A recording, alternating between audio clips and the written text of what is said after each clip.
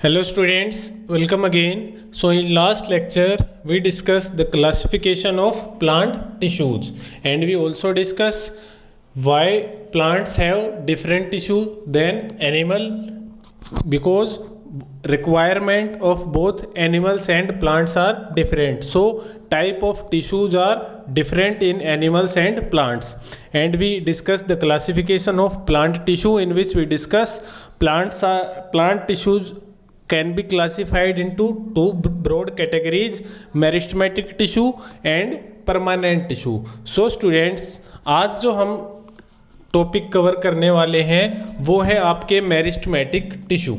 ठीक है, तो in today's lecture we are going to discuss the meristematic tissue in details. ठीक है, तो सबसे पहले हम बात करते हैं मेरिस्टेमेटिक टिश्यू जो है उनका फंक्शन क्या है मेन. वो हमने पिछले लेक्चर में भी स्टडी किया था कि जो मेरिस्टेमेटिक टिश्यू होंगे स्टूडेंट्स, उनका काम है प्लांट की ग्रोथ कराना.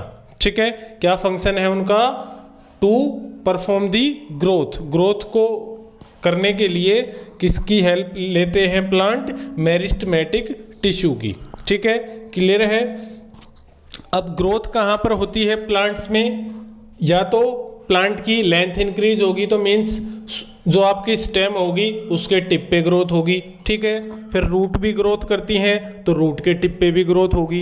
फिर आपका जो प्लांट है उसकी गर्थ भी तो इंक्रीज होती है ना, मीन्स उसकी जो गर्थ है, उसकी जो मोटाई है वो भी इंक्रीज होती है तो वहाँ पे भी ग्रोथ है. ठीक है, तो प्लांट में हमें जहाँ जहाँ ग्रोथ देखने को मिलेगी वहीं पर आपके मेरिस्टेमेटिक टिश्यू प्रेजेंट होंगे. ठीक है, meristematic tissue are found in growing region of plant. जो प्लांट के ग्रोइंग रीजन है वहाँ मिलेंगे.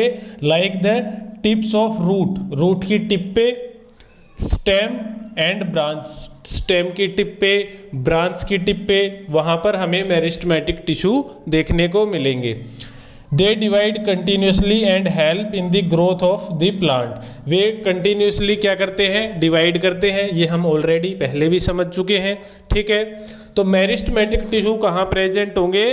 प्लांट के अंदर जहाँ जहाँ ग्रोथ होगी, जैसे कि रूट की टिप, स्टेम की टिप या ब्रांचेज की जो टिप है, जहाँ पर प्लांट की ग्रोथ हो रही है वहाँ पर आपका मेरिस्टेमेटिक टिश्यू प्रेजेंट होगा. ठीक है, क्लियर है.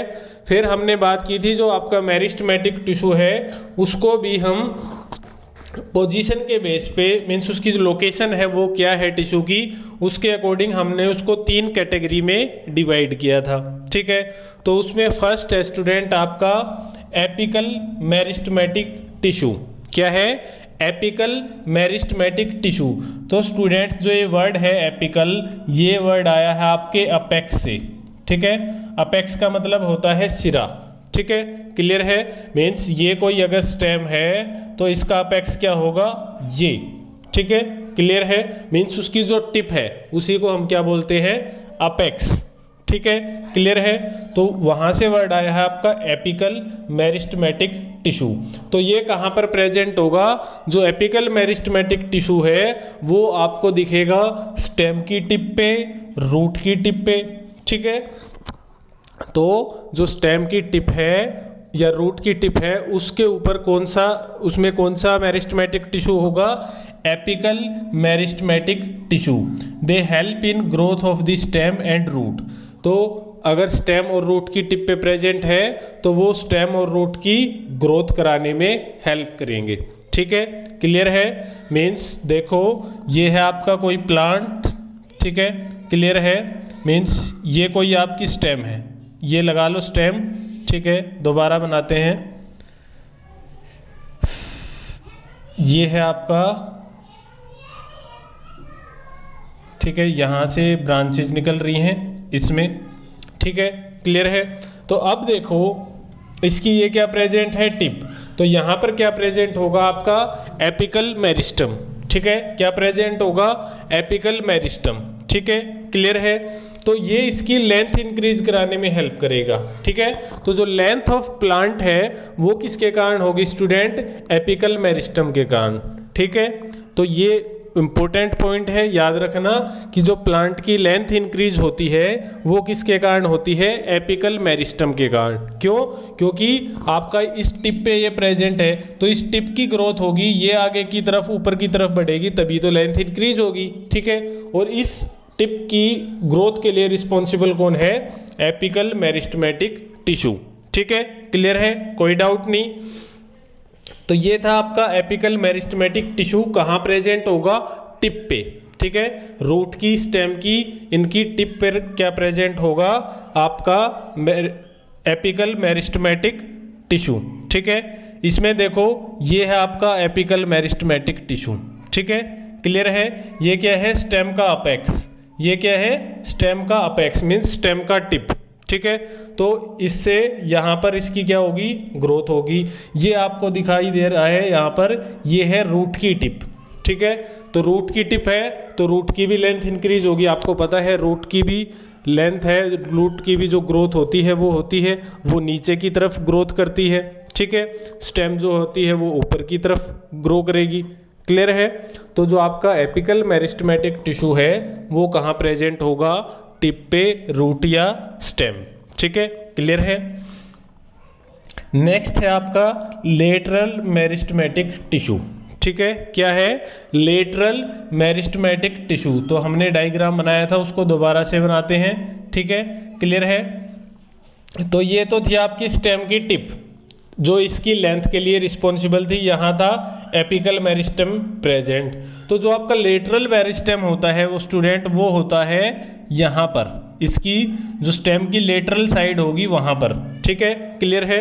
और वो किसके लिए रिस्पॉन्सिबल होगा, स्टेम की गर्थ के लिए। ठीक है, स्टेम या रूट की जो गर्थ होगी, जो मोटाई होती है, मीन्स जो लेंथ होगी, लंबाई जो होगी, लेंथ जो होगी, उसके लिए तो एपिकल मेरिस्टम है। तो जो प्लांट्स होते हैं उनकी गर्थ भी इंक्रीज होती है ना, वो मोटे भी होते हैं साथ साथ, मीन्स उसकी जो मोटाई है वो भी इंक्रीज होती है। तो उस गर्थनेस के लिए, उसको मोटा करने के लिए कौन सा जो आपका मेरिस्टम है वो काम करता है, लेटरल मेरिस्टम। तो ये यहाँ पर प्रेजेंट है, तो यहाँ पर ग्रोथ होगी तो इसकी जो मोटाई है वो इंक्रीज हो जाएगी। ठीक है, क्लियर है। तो लेटरल मेरिस्टम है वो साइड्स ऑफ स्टेम में प्रेजेंट होगा। ये क्या है, स्टेम की साइड्स है ना, मीन्स अगर ये आपका स्टेम है तो ये इसकी क्या होगी, साइड्स। ठीक है, तो यहाँ पर प्रेजेंट होगा आपका लेटरल मेरिस्टम। ये रूट है तो ये रूट की साइड होगी। ठीक है, क्लियर है। तो जो आपका लेटरल मेरिस्टमेटिक टिश्यू है are present in the sides of stem and roots, they help to increase in the growth of stem and root. ये जो रूट या स्टेम की जो गर्थ है, उसकी जो मोटाई है, उसकी ग्रोथ करने में हेल्प करते हैं कौन, लेटरल मेरिस्टमेटिक टिश्यू। ठीक है, क्लियर है। नेक्स्ट है आपका इंटरकैलरी मेरिस्टमेटिक टिश्यू। ठीक है, क्या है, इंटरकैलरी मेरिस्टमेटिक टिश्यू। और एक और बात स्टूडेंट्स, जो आपका लेटरल मेरिस्टमेटिक टिश्यू है इसका एक और नाम होता है कैम्बियम। ठीक है, क्या बोलते हैं हम इसको, कैम्बियम भी बोला जाता है। ठीक है, क्लियर है। तो नेक्स्ट है आपका इंटरकैलरी मेरिस्टमेटिक टिश्यू। ये है आपके कहाँ कहाँ प्रेजेंट होगा, जो लीफ होता है उसके बेस पे। ठीक है, इंटरनोड्स क्या होता है, डिस्टेंस बिटवीन टू नोड्स। ठीक है, दो नोड आपने देखा होगा स्टेम के ऊपर, सपोज ये आपका स्टेम है तो उस पर कुछ ऐसे उभार होते हैं। ठीक है, मीन्स यहाँ से आपका स्टेम निकलेगी। ठीक है, यहाँ से स्टेम निकलेगी, तो इनके बीच का जो डिस्टेंस है, ये दो नोड हैं। ठीक है, इनके बीच का जो डिस्टेंस है वो क्या कहलाएगा, इंटरनोड। ठीक है, और जो लीफ है, लीफ जहाँ से अराइज होगा, सपोज ये है आपका, तो यहाँ से जो लीफ है वो अराइज हुआ, तो लीफ का जो बेस होगा वहाँ पर भी आपको क्या देखने को मिलेगा, आपका इंटरकैलरी मेरिस्टमेटिक टिश्यू। ठीक है, क्लियर है। तो उन्हीं मीन्स जहाँ पर प्रेजेंट होंगे उसी जो आपका स्पेस है वहाँ पर उसी की ग्रोथ कराने में हेल्प करेंगे। मीन्स लीफ के बेस पे प्रेजेंट है तो लीफ के बेस की ग्रोथ कराएंगे, इंटरनोड्स पे प्रेजेंट है तो इंटरनोड्स की ग्रोथ कराएंगे। ठीक है, क्लियर है। तो मीन्स जो आपका मेरिस्टमेटिक टिश्यू जहाँ प्रेजेंट है वो वहाँ पर ग्रोथ कराने का काम करेगा। ठीक है, हम बिल्कुल श्योर हैं, हमें पता है मेरिस्टमेटिक टिश्यू का स्पेसिफिक फंक्शन यही है, वो जहाँ भी प्रेजेंट होंगे उनका फंक्शन है ग्रोथ करवाना, ठीक है। मीन्स उनकी सेल्स है वो कंटिन्यूसली डिवाइड करती रहेंगी और प्लांट की ग्रोथ कराएंगी, ठीक है, क्लियर है। तो मीन्स जो मेरिस्टेमेटिक टिश्यू होंगे उनके पास जो सेल्स होंगी उनकी क्या प्रॉपर्टी होंगी, ठीक है। मीन्स उनको कंटिन्यूसली डिवाइड करना है तो उनकी सेल्स में कुछ स्पेसिफिक आपका प्रेजेंट होगा जो और सेल्स में नहीं होगा, ठीक है।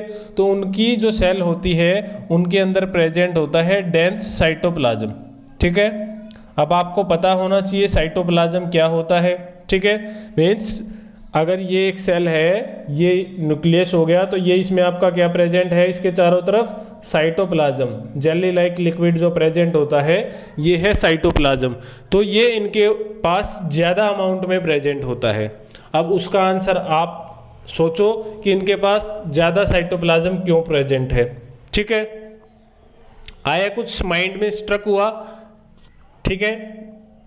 मुझे पता है कुछ के माइंड में आया है, कुछ के नहीं आया, तो मैं बता देता हूँ। इनके पास साइटोप्लाज्म इसलिए ज़्यादा है क्योंकि जब ये सेल, इनको क्या करना है, बार बार डिवाइड करना है, तो इस सेल से जब दो सेल बनेगी तो दोनों के पास प्रॉपर साइटोप्लाज्म होना चाहिए ना, तभी तो ये फंक्शनल हो पाएंगी।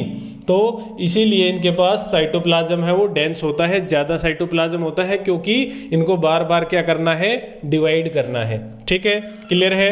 दूसरा, हमने एक स्ट्रक्चर पढ़ी थी सेल में, वैक्यूल्स। क्या पढ़े थे, वैक्यूल्स, ठीक है। वैक्यूल्स प्लांट सेल में हमें पता था बड़े बड़े साइज के प्रेजेंट होते हैं, ठीक है, क्लियर है। जिससे आपका जो न्यूक्लियस होता है वो पेरीफ्री की तरफ चला जाता है, यहाँ प्रेजेंट होता है आपका बड़ा सारा वैक्यूल, और वैक्यूल का फंक्शन था स्टोरेज ऑफ न्यूट्रिएंट, वो न्यूट्रिएंट को स्टोर करने का काम करता था कौन, वैक्यूल, ठीक है। लेकिन मेरिस्टेमेटिक टिश्यू में जो सेल्स होंगी उनका फंक्शन न्यूट्रिएंट को स्टोर करना नहीं है, उनका तो सीधा सा एक फंक्शन है कि उन्हें तो डिवाइड करना है, ठीक है। जो मेरिस्टेमेटिक सेल है उन्हें तो डिवाइड करना है, तो उन्हें न्यूट्रिएंट को स्टोर करने की ज़रूरत नहीं है। तो जो आपके मेरिस्टेमेटिक टिश्यू में जो सेल्स प्रेजेंट होंगी उनके पास वैक्यूल क्या होंगे, एब्सेंट, क्या होंगे, एब्सेंट, ठीक है, क्लियर है।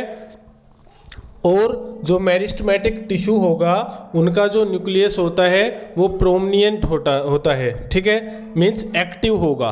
जो मेरिस्टेमेटिक टिश्यू है उनकी जो सेल्स होंगी उनका जो न्यूक्लियस होगा वो एक्टिव होगा ज़्यादा, क्यों, क्योंकि उनको बार बार डिवाइड करना है। और हमें पता है सेल कब डिवाइड करेगी कब डिवाइड नहीं करेगी, ये कौन डिसाइड करता है, डीएनए। कौन करता है, डीएनए। और डीएनए कहाँ प्रेजेंट होता है स्टूडेंट्स, न्यूक्लियस के अंदर, ठीक है, क्लियर है। तो न्यूक्लियस जितना एक्टिव होगा उतना ही सेल है वो जल्दी डिवाइड करेगी। और आपके मेरिस्टेमेटिक टिश्यू को ऐसी सेल्स ही तो चाहिए जो जल्दी जल्दी डिवाइड करे, ठीक है, क्लियर है। तो ये थे आपके meristematic tissue, means meristematic tissue are the tissue which continuously divide, ठीक है, जो कंटिन्यूसली डिवाइड करते हैं वो है आपके meristematic tissue. 3 types, apical meristematic tissue जो अपेक्स पे प्रेजेंट होगा, मीन्स रूट या स्टेम की टिप पे प्रेजेंट होगा और रूट और स्टेम की लेंथ को इंक्रीज कराने में हेल्प करेगा। लेटरल मेरिस्टम है वो रूट या स्टेम की लेटरल साइड में प्रेजेंट होगा, ठीक है, मीन्स स्टेम और रूट की साइड्स में प्रेजेंट होगा और उसकी गर्थ इंक्रीज कराने में हेल्प करेगा, उसकी जो मोटाई है, उसकी जो चौड़ाई है उसको इंक्रीज करने में हेल्प करेंगे। इंटरकैलरी मेरिस्टम है वो लीफ के बेस पे या आपका इंटरनोड्स पे प्रेजेंट होगा और वहाँ उन्हीं पार्ट्स की ग्रोथ कराने में हेल्प करेगा, ठीक है, क्लियर है। फिर हमने देखा what are the properties of cells of meristematic tissue, कि जो मेरिस्टेमेटिक टिश्यू की जो सेल्स है उनके पास क्या क्या प्रेजेंट है, क्या यूनिक है। तो मीन्स उनके पास साइटोप्लाज्म ज़्यादा है, वो ज़्यादा एक्टिव है, मीन्स उनके अंदर जो न्यूक्लियस है वो एक्टिव है, ठीक है, जो वैक्यूल्स है वो एब्सेंट होंगे, ठीक है, क्लियर है। तो ये थे स्टूडेंट्स आपके meristematic tissue. In next lecture we will start with the permanent tissues, ठीक है। नेक्स्ट लेक्चर में हम क्या डिस्कस करेंगे, परमानेंट टिश्यू, ठीक है स्टूडेंट्स। तो आई होप जितना आज हमने कवर किया it is clear to you, कोई डाउट नहीं होगा। If you have any doubt you can ask me anytime, you can text me, you can WhatsApp me, you can call me, no doubt। लेकिन आपको कोई doubt नहीं रहना चाहिए, ठीक है, क्लियर है। और जल्दी ही हम जो आपका चैप्टर फिनिश हुआ है why do we fall ill, उसका भी हम एक टेस्ट है वो लेने वाले हैं। जैसे आपका सेल का हुआ था MCQ टाइप, ऐसे ही आपका उस चैप्टर का होगा MCQ टाइप टेस्ट, ठीक है। तो स्टूडेंट उसके लिए प्रिपरेशन करना स्टार्ट कर दीजिए। उसके क्वेश्चन आंसर है वो भी जल्दी ही अपलोड होने वाले हैं, ठीक है। कल या परसों में उसके क्वेश्चन आंसर है वो अपलोड हो जाएंगे और फिर जल्दी ही इसका टेस्ट होने वाला है, ठीक है, clear. So thank you for listening me, take care, bye bye.